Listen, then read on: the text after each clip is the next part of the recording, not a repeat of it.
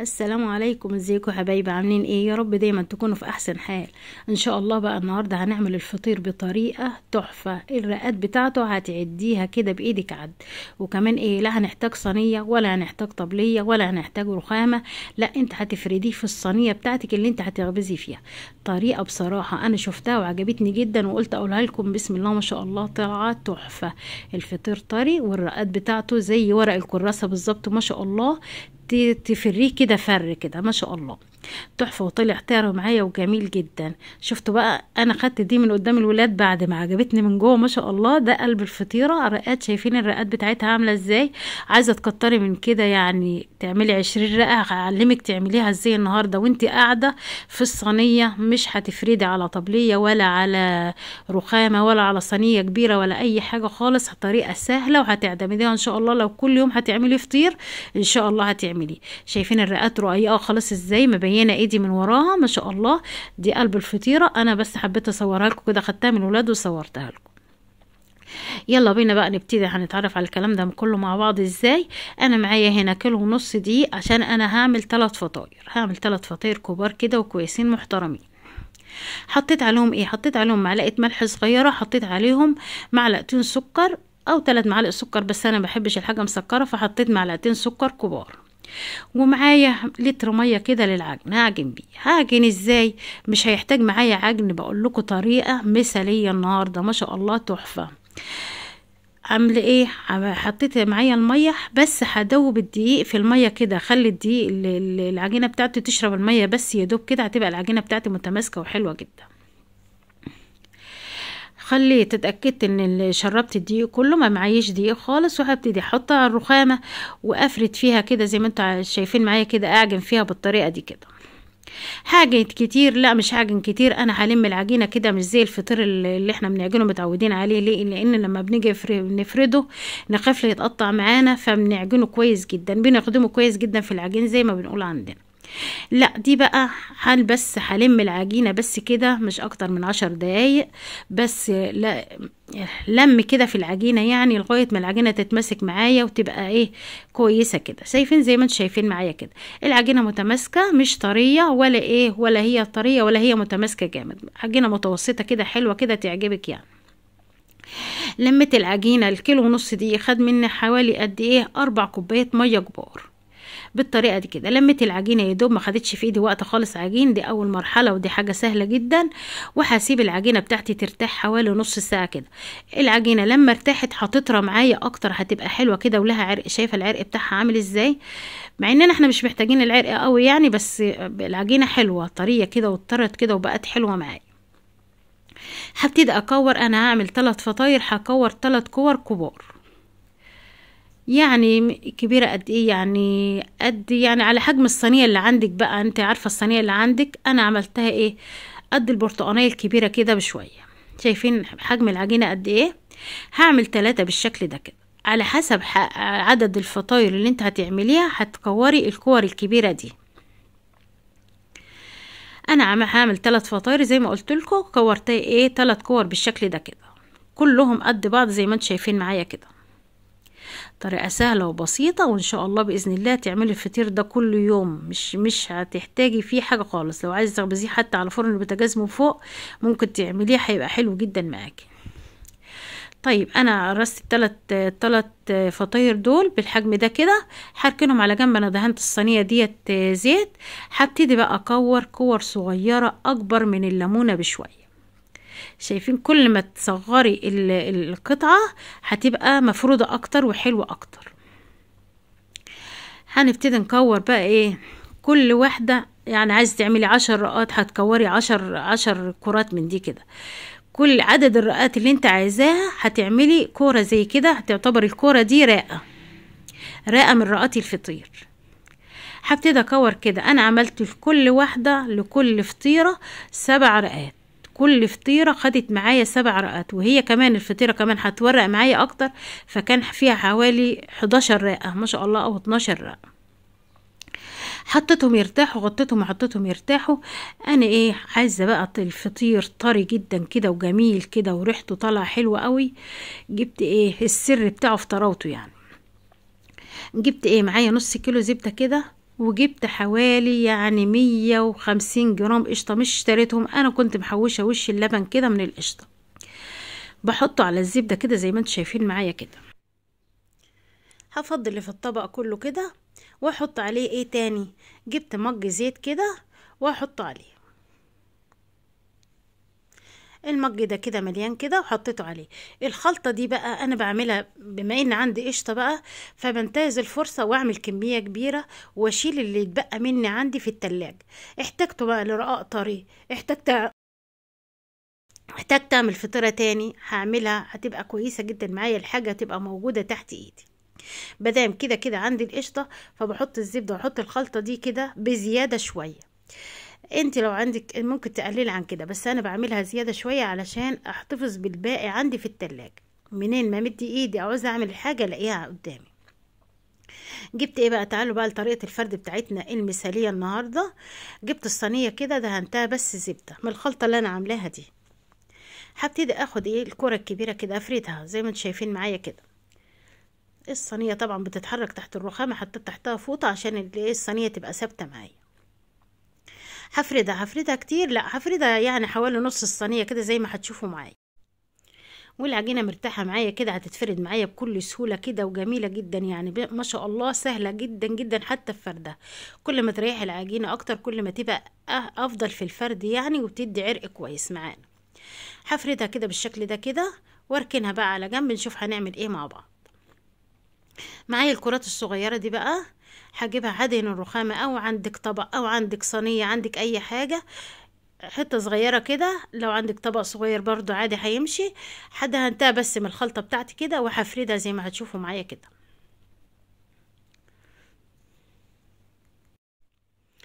هفردها يعني اصغر من الفطيره اللي هي الكبيره دي. هبتدي احط التوريقه بتاعتي، احط الخلطه اللي انا عاملاها ديت، واحاول بقى اطلع حتت قشطه كده عشان تبقى طريه في قلب الفطيره، وادهن الفطيره الاولانيه الكبيره دي. وابتدي بقى احط الفطاير الصغيره اللي انا هعملها ديت عليها، ارصها واحده بواحده كده عليها. الفطاير الصغيره برضو ما شاء الله مرتاحه جدا وجميله جدا معايا. الفكره دي بصراحه انا شفتها على اليوتيوب وعجبتني جدا جدا، وقلت اقولها لكم. انا عملت الفطير كذا مره معاكم قبل كده بكذا طريقه، ما شاء الله ناجحه جدا، كلها ناجحه جدا، بس دي تعتبر اسهلهم ما شاء الله، طريقه سهله وجميله جدا. هبتدي بقى كل ما احط رقه كل ما احط فطيره من الصغيره ديت منساش ادهنها بالفرشه كده ايه الخلطه اللي انا عاملاها، واكتر القشطه فيها كده. احاول اخد قطع القشطه، طبعا ما سيحتهاش جامد وسخنتها جامد، انا خليت قطع القشطه يدوب فكت كده مع الزبده، وايه عشان تبقى قطع القشطه كده موجوده، يعني ما سيبهاش تقدح بقى لما تسيح خالص، لا انا بس يدوب فكتها من بعضها كده.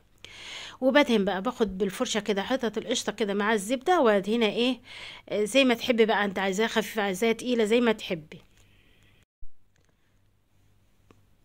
قلت لكم فردت كام، انا حطيت كام 7 فطاير صغيرين كده، تخيلي بقى تبقى 7 رقات زي ما تشوفي معايا كده.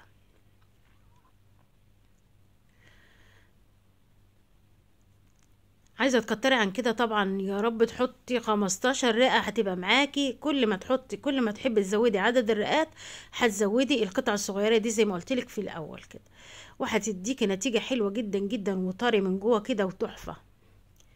انا في الوقت ده بقى مسخنه الفرن بتاعي، بحط الفرن بتاعي يسخن بجهزه عشان ابتدي احط فيه الفطير على طول.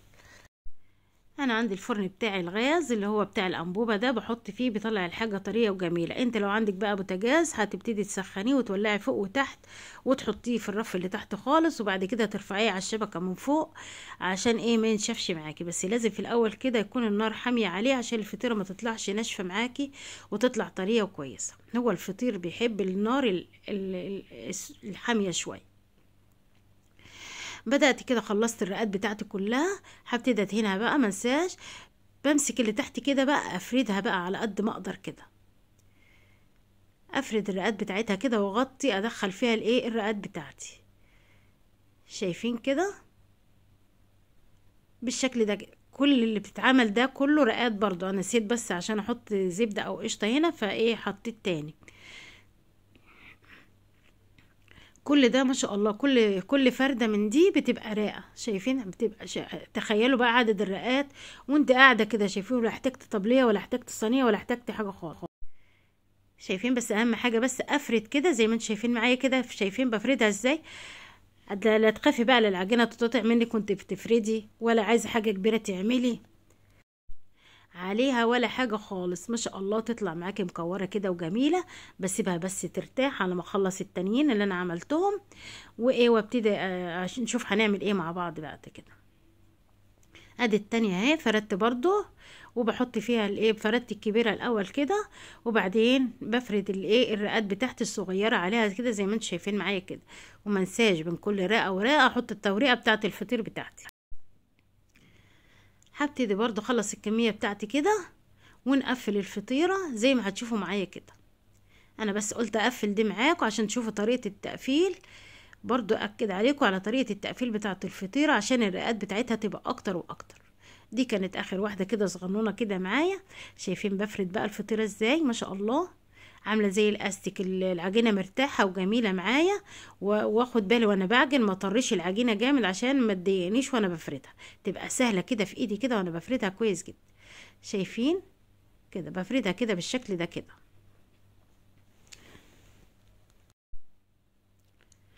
كل رقة برضو كل تانية من دي برضو بحط التوريقة بتاعة الفطير، وافرد على قد ما اقدر كده الفطيرة الكبيرة اللي تحت دي واحط التوريقة بتاعتي زي ما انتم شايفين معايا كده. احاول اطلع في التوريقة دي القشطة وابتدي اقفل عليها زي ما انتم شايفين معايا كده. ادهن بس الصينية ازودها بقى لو شربت الزبدة معاكي ولا حاجة ابدأ ازودها والمها كده زي ما شفتي معايا بالتكويرة الحلوة دي. معايا ايه بقى للوش؟ معايا بقى بقية القشطة بتاعتي قسمتها 2. خدت جزء قلب الفطير والجزء التاني لوش الفطيرة نفسها. خدت منها شوية خلطة من اللي انا عاملاهم دول كده، شوية توريقة، ويا دوب بس بفك القشطة بيهم كده. كده تمام. كمية القشطة بتاعتي ما شاء الله كويسة. حطيت حتة الزبدة عليها زي ما قلت لكم، وهبتدي اجيب الفطيرة بتاعتي. ده الباقي بقى، ده الباقي اللي قصدي عليه بقى. شايفين قطع القشطة زي في الزبدة زي ما هي ازاي؟ انا ما سخنتهاش جامد عشان القشطة تديني الطراوة بتاعة الفطير. هشيلها بقى في علبة واحتفظ بقى في التلاجة، بتبقى تحت ايدي بقى. اعمل بقى طري، اعمل بقى فطير، اعمل بقى رز معمر اللي انا عايزاه. بتبقى تحفة تحفة في الحاجات دي. هبتدي افرد الفطيره بتاعتي. طبعا السمك بتاعها زي ما انت عايزه تعملي بقى اعملي. انا بحبها بس سميكه شويه فسيبتها سميكه شويه كده، ما ملتش بقى الصينيه. انت لو عايزاها رقيقه ممكن تفردها عن كده كمان.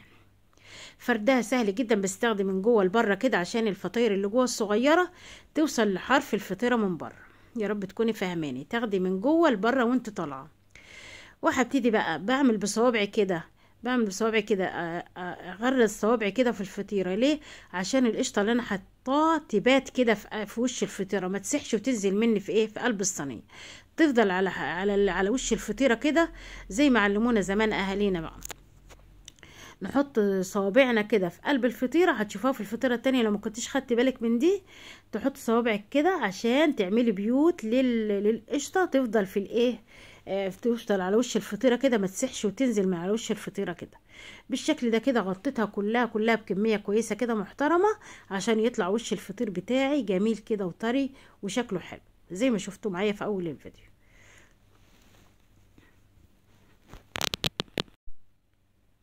ودي الفطيره التانية معايا اهي بعملها. شايفين بقى الصوابع مكان صوابعي. وادي الفطيره بقى بتاعتي. بسم الله ما شاء الله، الله اكبر. طراوه وشكل، وما تعبتش فيها ولا حاجه خالص. لو عايز تعملي 10 فطاير هتعملوهم بمنتهى السهوله والجمال. انا عملت ال3 فطاير بتوعي، سويت 2 وسبت واحده لاخر الليل للي يجي ياكل منها بألف هنا وشفا. شايفين طراوه الفطير من على المقصوصه عامله ازاي؟ ما شاء الله تحفه. طريقة سهلة وبسيطة. يا رب تكون عجبتكم. ولو عجبتكم ما تنسونيش في اللايك والشير والاشتراك في القناة وتفعيل زر الجرس عشان يوصلكم كل جديد وحصري. عملت معاها بقى؟ عملت معاها عسل. عندي معايا عسل نحل بقى. قطعت طماطم. عملت الليمون المعصفر ده اللي انا عاملاه معاكم على القناة. الجبنة برضو اللي انا عاملاها معاكم على القناة. دي سلطة مش حلوة كده، ووجبة بعد العيد بقى خفيفة كده وبألف هنا وشفا يا رب للي يجرجر.